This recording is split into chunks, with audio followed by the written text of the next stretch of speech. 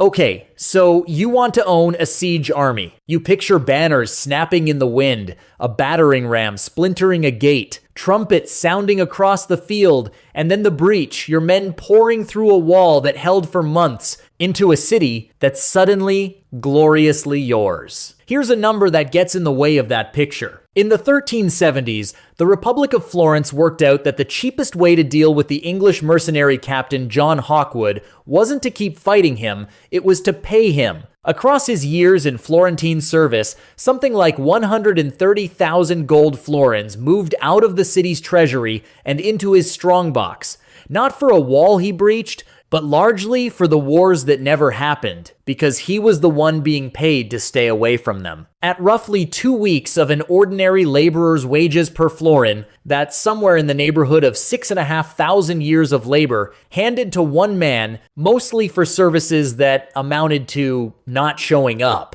That's the detail every siege story skips. The question that decided whether you got rich in this business was never how many walls you could bring down. It was how many you got paid never to touch. First, let's fix the picture in your head, because siege army suggests one thing and the business was another. You are not commanding a single army under one banner, loyal to a cause. You are running what contemporaries called a Compagnia di Ventura, a venture company, capital, with soldiers attached to it. And siege army specifically oversells what most of these companies actually did day to day. A great deal of 14th and 15th century Italian warfare was raiding, maneuvering, burning a rival's crops, and occasionally taking a prisoner worth more than a season's wages. Actually breaking a walled city by force, bringing artillery, engineers, and thousands of men to sit outside it for months was a heavier, slower, far more capital-intensive line within that same business.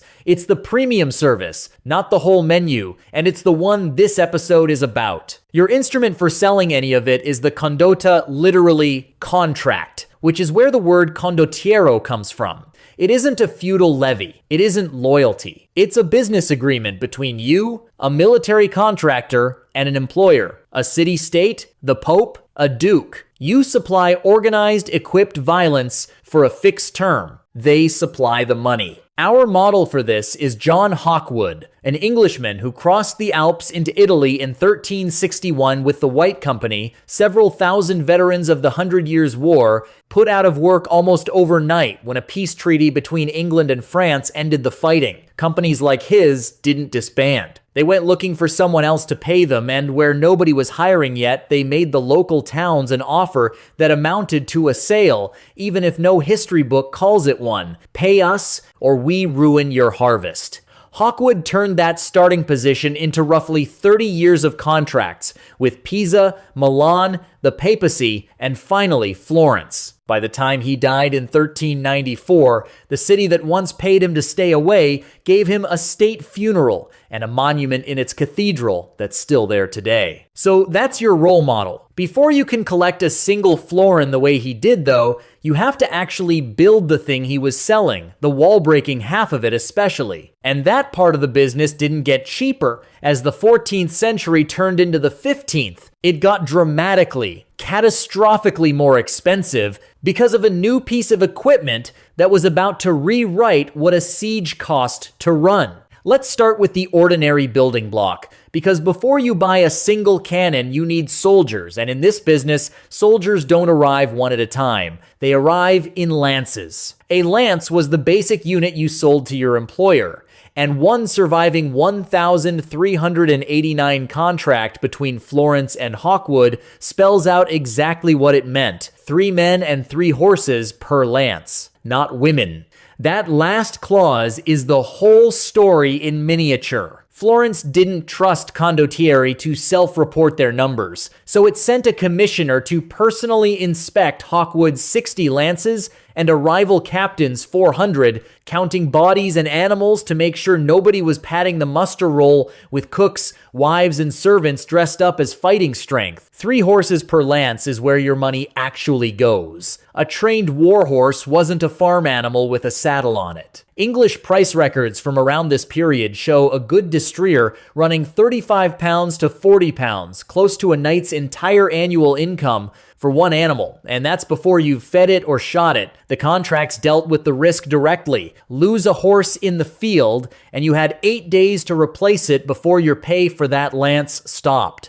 Lose a man the same way, 8 days, or the money stopped there too. Sickness and wounds were treated as bad luck the employer absorbed. Death and a missing horse were treated as your management problem. That's the cost of an ordinary company. Now add the piece of equipment that turned siege work into its own brutally expensive product line, the gun. By the second half of the 14th century, bombards were showing up at sieges across Europe, and you had two options, both bad. Cast the barrel in bronze, and you got a reliable weapon with walls of even thickness and a bill to match. Forge it from strips of iron instead, and you saved a fortune at the risk of it exploding in your own gun crew's faces. That risk wasn't theoretical. In 1460, King James II of Scotland was killed by his own cannon at the Siege of Roxburgh. That's a head of state, not a hired gunner. The clearest illustration of what this equipment actually cost isn't Italian. It's Byzantine, and it's a story about a client who couldn't pay. In 1452, a Hungarian founder named Orban offered his services to Constantine XI, the last Byzantine emperor, promising a bronze gun that could bring down any wall on Earth. Constantine wanted it badly. He simply didn't have the money or the raw bronze to build it. So Orban walked across the lines and sold the identical pitch to Sultan Mehmed II, who handed him unlimited copper, tin, and gold instead. 3 months later, Orban's foundry at Edern produced a bronze bombard, 27 feet long, its barrel 8 inches thick, firing stone shot that weighed close to 1,500 pounds. A single gun so heavy it took 60 oxen just to move it.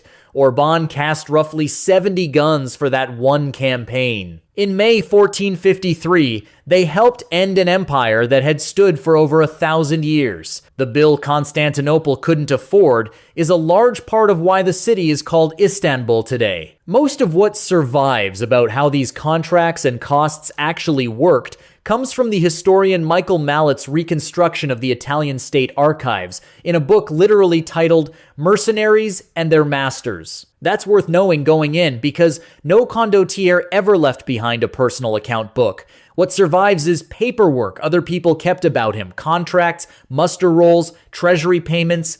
Everything from here on is built from records like that, not a ledger any captain wrote for his own eyes. Which brings us to the next problem. Horses and guns don't fight wars by themselves. People do, a lot of them, camped in one place for months at a time. Who are they? What do you actually pay them? And how do you keep an army that size fed long enough to win before your money runs out first? A company wasn't just lances. By the time your business specializes in siege work, you're also carrying crossbowmen and infantry to hold the trench lines and storm the breach once the walls come down, plus new and expensive gunners and engineers who know how to lay a battery, sink a mine, or keep a bombard from splitting its own barrel. None of them work for free, and your pay rate as a company depended entirely on which of 3 deals you'd signed. The heaviest was a soldo di stesso, full pay for active service,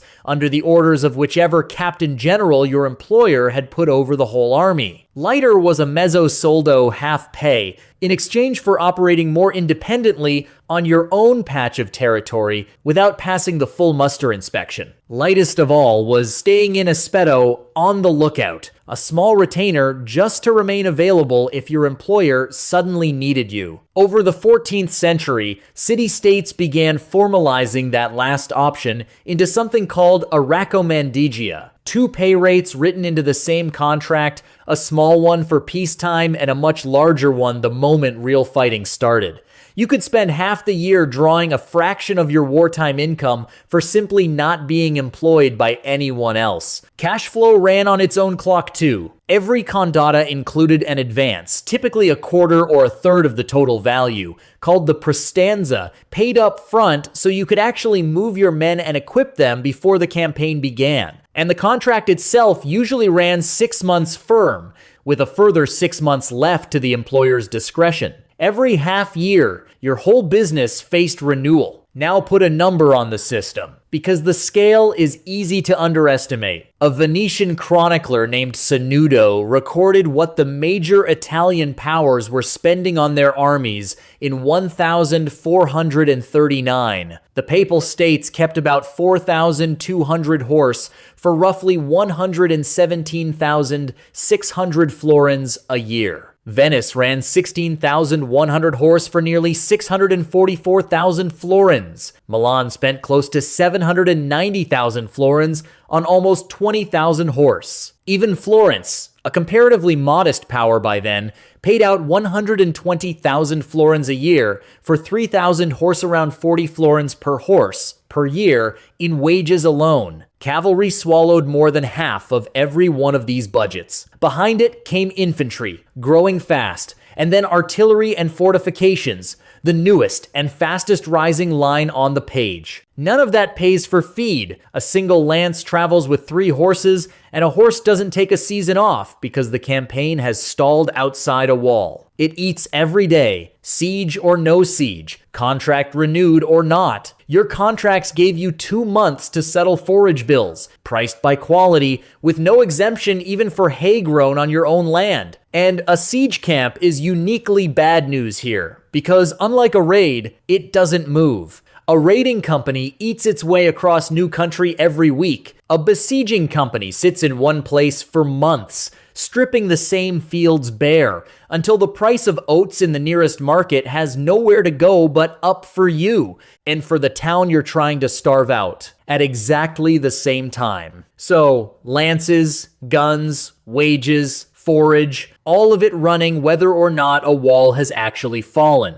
Which raises the obvious question. If the fighting itself is this expensive and this slow, where was the money actually supposed to come from? So far, every number has been an outflow. Wages, forage, horses, guns, a running bill that doesn't pause for winter, or a stalled siege. Somewhere in this business, the money has to turn around and flow back toward you, and the honest answer is that it barely came from wages at all. Your salary from the condotta was closer to a maintenance budget, enough to keep the lances fed, mounted, and technically loyal. The real fortune sat in a different clause entirely, one worth understanding before anything else. Conquered territory belonged to your employer. Portable wealth belonged to you. That single line explains almost everything about how a condottiere got rich, because it means the state kept the land while you kept whatever could be carried, sold, or ransomed off it. And nothing carried a higher price than a prisoner of the right rank. Medieval Europe ran a functioning market and captured nobility,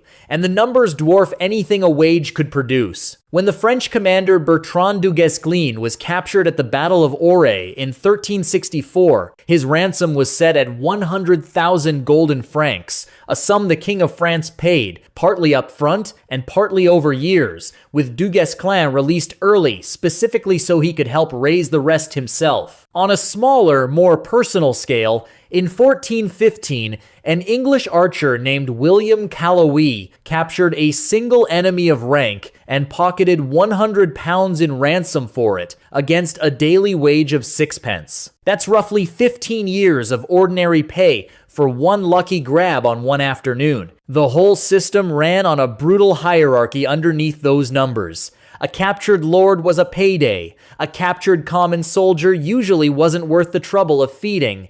And a civilian caught inside a city that fell by storm was worth nothing to anybody's ransom ledger at all, which is exactly why civilians suffered the worst of it when a wall finally came down. That hierarchy is also why storming a city was never actually your first choice, whatever the movies suggest.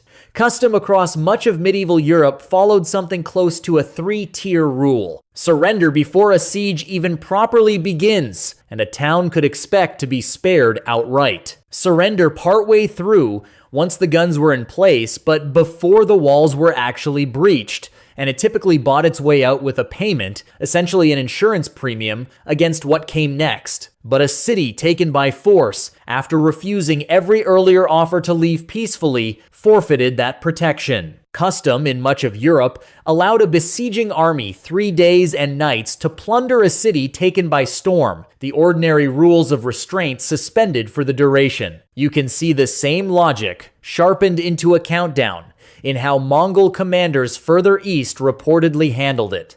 A white tent on the first day meant full surrender terms and everyone spared. A red tent on the second meant the garrison died but civilians lived. By the third day, a black tent meant no terms at all. Different armies, different centuries, identical arithmetic. The price of surrender goes up every day you make the other side wait, which brings the whole business back to Florence and the 130,000 florins from the start of this episode. Paying Hawkwood to simply not besiege you, and paying a town to surrender before its walls were breached, were financially the same transaction wearing two different names. In both cases, someone was purchasing the absence of a storm because a storm was expensive to run, dangerous for your own men, who were your capital and not disposable extras, and it tended to leave behind a burned, half-empty city with a lot less in it to tax next year. A wall left standing, paid for rather than broken, was very often the better asset. The threat had to stay credible for any of this to work, but the payoff for keeping it credible and never actually having to cash it in could be enormous. Of course, none of this works if you don't survive to collect. And a remarkable number of condottieri didn't not from the enemy's side of the wall, but from problems sitting inside their own camp. Start with the killer that had nothing to do with swords. Medieval physicians had a nickname for it, the siege disease, or more bluntly, the bloody flux dysentery, spread by thousands of men and horses packed into one camp for months, drinking water that thousands of other men and horses had already fouled. It didn't distinguish by rank. Henry V of England, the same king who won at Agincourt and became the most celebrated soldier of his generation, died of it in 1422, not on a battlefield, but outside the walls at the siege of Mayo. Killed in the end by his own camp rather than by an enemy. He wasn't unusual. During the long siege of Calais in the 1340s, Edward III had to keep shipping fresh troops across the Channel just to replace men.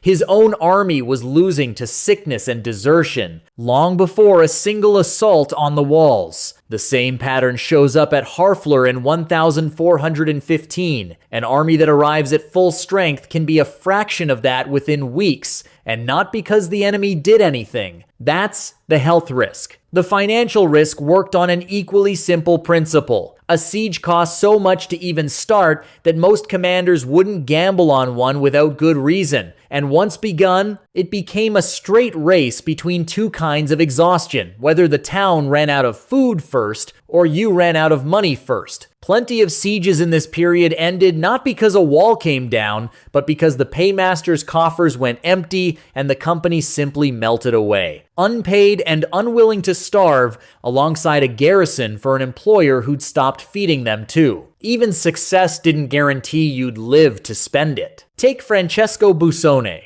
known as Carmagnola for a time, one of the most celebrated condottieri in Italy, who served Milan before switching to Venice and turning his old employer's own tactics against it. Venice paid him extremely well for years. Then Venice grew suspicious that its most valuable captain was dragging its wars out on purpose.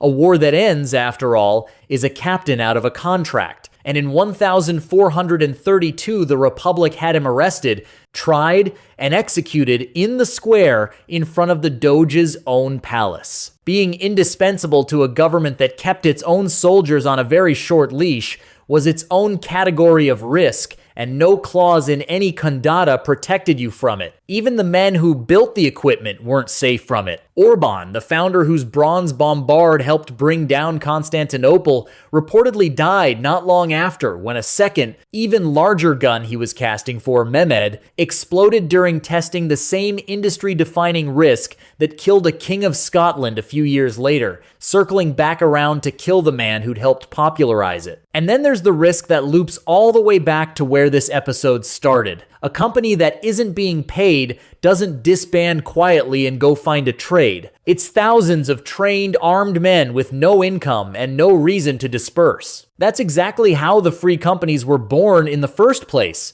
after the Treaty of Bretigny in 1360, and the mechanism didn't disappear just because Hawkwood eventually found steady work. Any company caught between contracts or serving an employer whose treasury had run dry reverted instantly to the original business model, threatening the nearest undefended territory, whether or not it technically belonged to an enemy. The extortion that opened this whole story wasn't a one-time origin myth. It was the industry's standing fallback plan every time the regular paperwork broke down. So, disease that didn't care about rank, a financial clock that could run out before the enemies did, an employer who might execute you for being too good at your job, and a business whose entire backup plan was reverting to banditry. Knowing all of that, could you actually get rich running one of these companies? No condottiere left behind a personal ledger, so what follows is a reconstruction built from the Sanudo pay figures, the going rate for horses and fodder,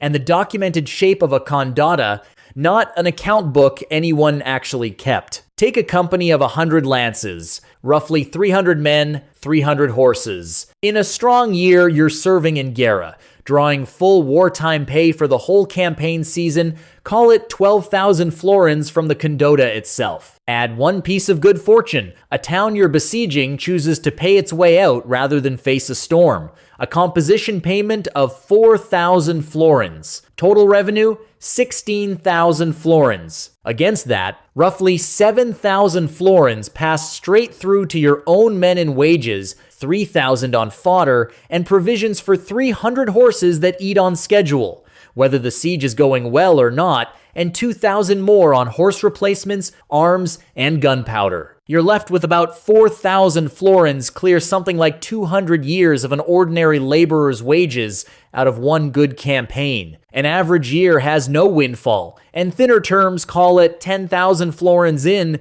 against roughly 9,000 in costs that don't move just because your luck didn't hold. You clear about 1,000 florins, still 50 years of ordinary labor, but a fraction of a good year, and none of it prices in what your own name and command are worth on the open market. The difference between running the company and simply being another lance in somebody else's. Then the bad year, which doesn't need a lost battle to arrive. Your employer keeps you on the cheaper in Aspeto retainer instead of activating wartime pay, maybe 5,000 florins for the year. Your horses still eat, your men still need paying, or they'll solve the problem themselves. The siege disease tears through camp, and the Restoro clause means every ruined horse comes out of your pocket within 8 days, replacement or no replacement. Costs barely fall below 9,000 florins. You finish roughly 4,000 florins underwater, and the gap between a great year and a ruinous one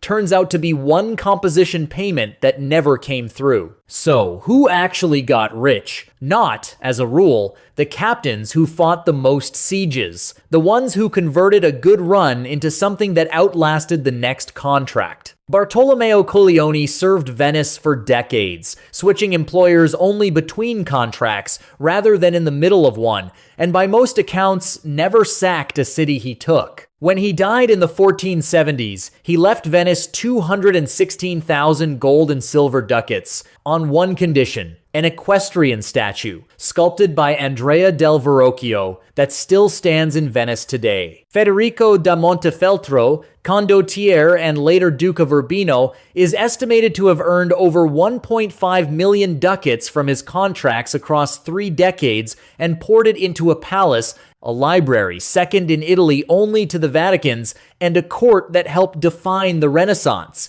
Neither man got rich by winning one spectacular siege. They got rich by staying solvent, reliable, and employed for 30 straight years, which turned out to be the harder trick. And then there's Francesco Sforza, who took the logic all the way to its end. Hired to fight for Milan, then abandoned by a peace his own employer signed behind his back, he simply besieged the city himself in 1449, not by storming it, but by closing every road and canal leading in, and waiting 8 months for hunger to finish an argument. He never had to fight with a single cannon. In February 1450, he rode through Milan's gates. Nobody had breached a wall to get him there. The city itself decided that the man capable of destroying it was worth more, alive and satisfied. then the fight would ever have been the exact same arithmetic Florence had already run on Hawkwood 30 years earlier and 300 miles south. That's the business, start to finish, not the wall. The price of what happens if you don't get to keep it standing.